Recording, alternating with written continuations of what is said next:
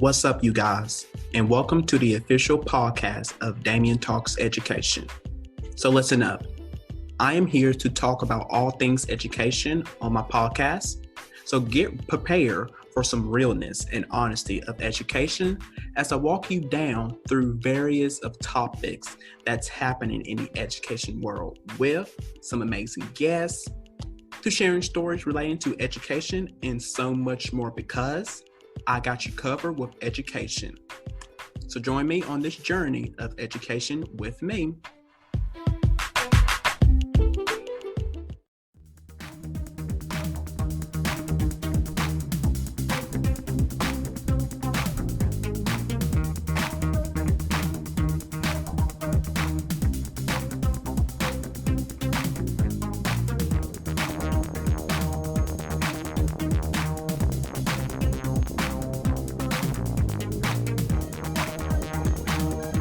Hello, everyone, and welcome to my show, Damian Talks Education.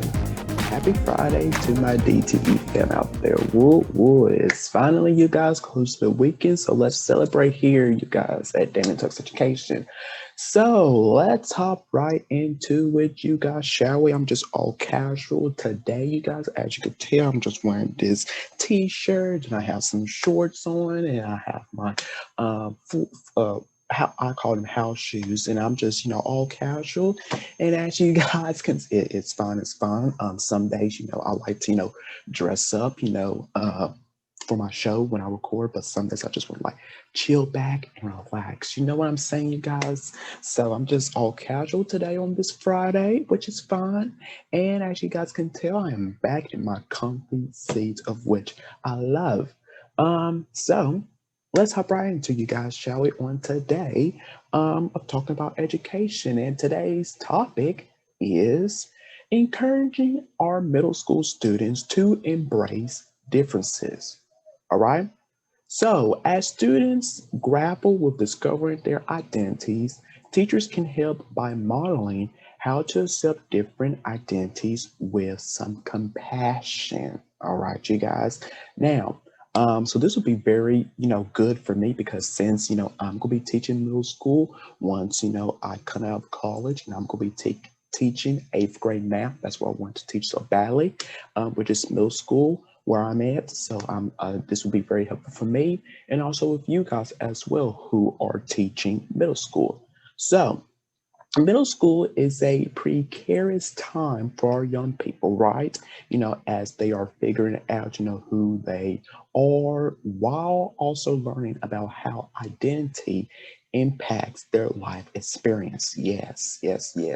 Now, the inspirational words of bell hooks, bell rings, whatever, quickly intervene in a way that challenges and change. And it has been fundamental in a teacher's identity development work with middle school students who need a brave classroom space filled with opportunities for learning, growth, challenges, and transformation. Now, her classroom is reimagined as a space that forges connections across differences, cultivating the acknowledgement, affirmation, and celebration of difference. So, middle school students are at the perfect age to explore identity. Yes, they are. Now, in many ways, they are like sponges. They are just absorbing all that is so around them. Am I right, you guys? Now, because of their identities as well as beliefs have not been fully, realized just yet, the more exposure to difference they have, the more likely they are to be welcoming and accepting. Now, their openness to diversity creates endless opportunities for genuine curiosity, self-reflection, and observation of the world around them. Now, in relationship to diversity, authentic interactions and connections can be made, having these types of conversations, you guys. Now, it is in these moments that diversity is positioned as a strength and not as a default. Okay. Now, in acknowledging and celebrating our differences, we find our shared humanity, right? So, you guys, I'm going to give you guys 3 ways to inspire middle school students to connect across differences. All right. So, have you down your notebook and your pen and get ready to jot these down. Okay. And feel free, to pause, throughout this video so you guys, can catch up and write. Okay. Because I will, as you guys know, I do be speaking so fastly, and I apologize, you guys. I'm trying to work on that. So feel free, throughout this video, pause and jot these down. Okay. And so the first of the 3 ways to inspire our middle school students to connect across differences is, like I said earlier, is to identify conversations. Okay. Now, conversations focus on identity are a powerful tool for self-exploration, for self-exploration. Now, creating a classroom culture where students can engage in conversations that foster and encourage the exploration of identity is very essential to this process. Yes, it is. Yes, it is. Now, excuse me. Now, one of the most important steps is ensuring that we frame participation as voluntary. Now, students should not feel pressure. They should not feel pressure. They should not feel pressure to share. Instead, they should be, afforded an opportunity to listen, to learn, and to grow from each other. Now, if a student chooses not to participate, they can access as a cultural anthropologist by taking notes or creating a virtual storybook of their observations from the activity. Now, they can then share some key observations with their group. Okay. Now, activities such as the story of my name, okay, or the 6-word story on Padlet are simple ways to begin identity conversations. Now, this teacher models this for her students by sharing the story of her name or her 6-word story. Now, with each class meeting, they share aspects of, their identity that are important to her, or aspects of her identity that have been the most challenging for her to navigate with her class, okay, in each of her class that she has. Now, you could do that, or you have another way, is to invite identity conversations, is through using prompts that explore identity and difference. So this teacher asks open-ended questions that are deeply rooted in identity development, underscoring the fact that identity is on a continuum, meaning that they are on a consistent journey of discovery. Now, identity conversations and discussions should foster connection. It should, connection with each other, okay? Empathy and a sense of community, okay? Where every student feels authentically seen, heard, and they are valued. Those are the most important things right there, you guys, that they, feel that they are seen, that they are heard, and that they are valued. Okay, we need to let our students know that for sure, you guys. Now, activities such as the circle of connection or identity pods help to facilitate these types of conversations. Then you have integrating video technologies such as a flip grid deepens the connections within these activities and giving students automatic and creative license to affirm and celebrate their identity. Okay, so that's the first of 3 ways, you guys, is to identify conversations. Okay, now moving on to number 2, you guys, is identify circles and interviews. Now, through the identity developmental model, students can regularly engage in learning more about who they are and how they live and move, throughout the world. Now, conversations on aspects of identity, including age, ability, um, ethnicity. I always have a hard time saying that word, but you guys know.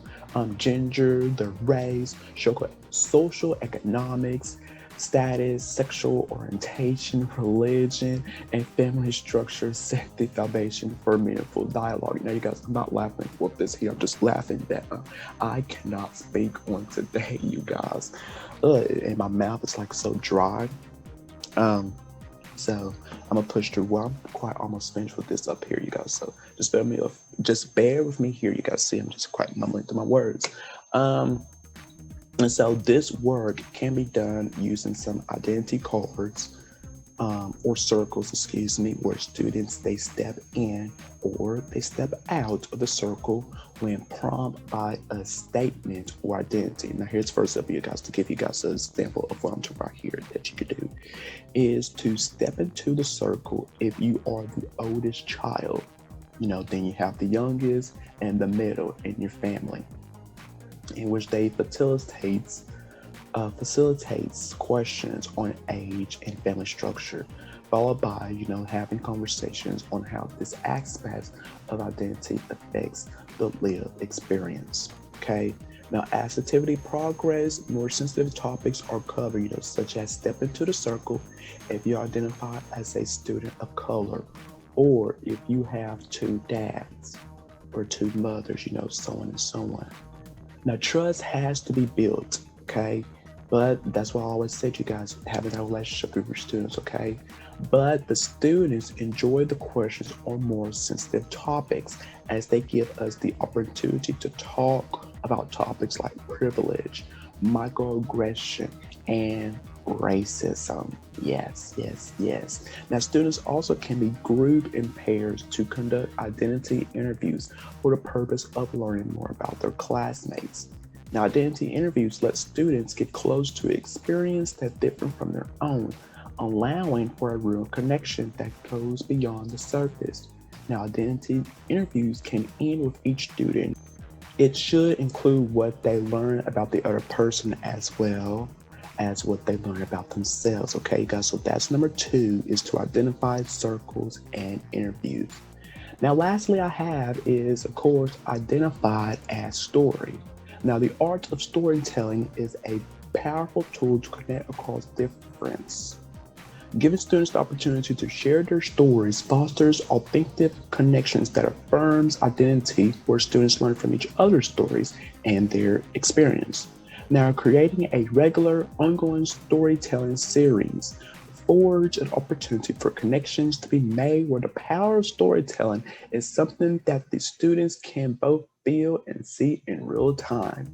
Now, after students share their stories, they are applauded by their classmates, which creates a classroom community,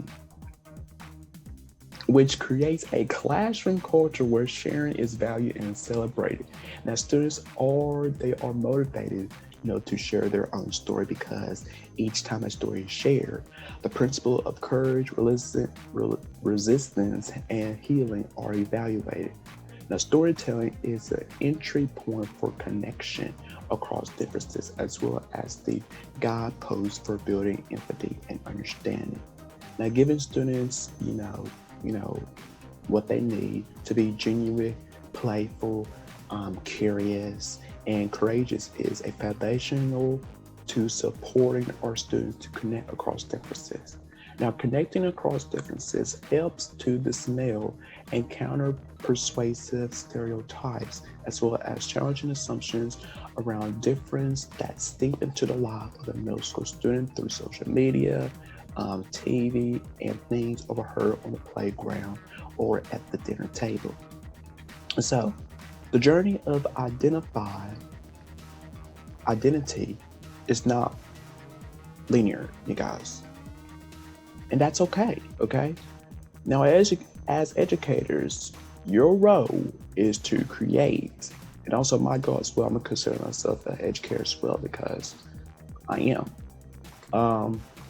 Our role is to create a solid foundation for students to embrace who they are and to embrace others, no matter how different they may be. So I love this here, encouraging our middle school students to embrace differences because that's what it's all about, you guys. That is what it is all about. So I want to thank you all so much for tuning in to this episode right here. I hope you guys, educators, parents, and also students, you jot down, these important ways of how we could do this with our students, middle school students. Not only with our middle school students, let's do it with our elementary and our high school students as well. So I hope you jot all that down, you guys. And thank you so much for tuning into this episode right here, you guys. It's probably a short one, which is fine. So I'm just I'm quite almost losing my voice here because I've been talking like nonstop, you guys. So I'm gonna end this here, and I'm gonna enjoy my Friday, and I hope you guys enjoy your Friday as well. And I hope you guys had an amazing week as much as I as much as I did, you guys. So until next time, you guys, take care of yourself. Be blessed. Enjoy your rest of your Friday, you guys, and enjoy your weekend. And I'll see you guys next time on Damian Talks Education.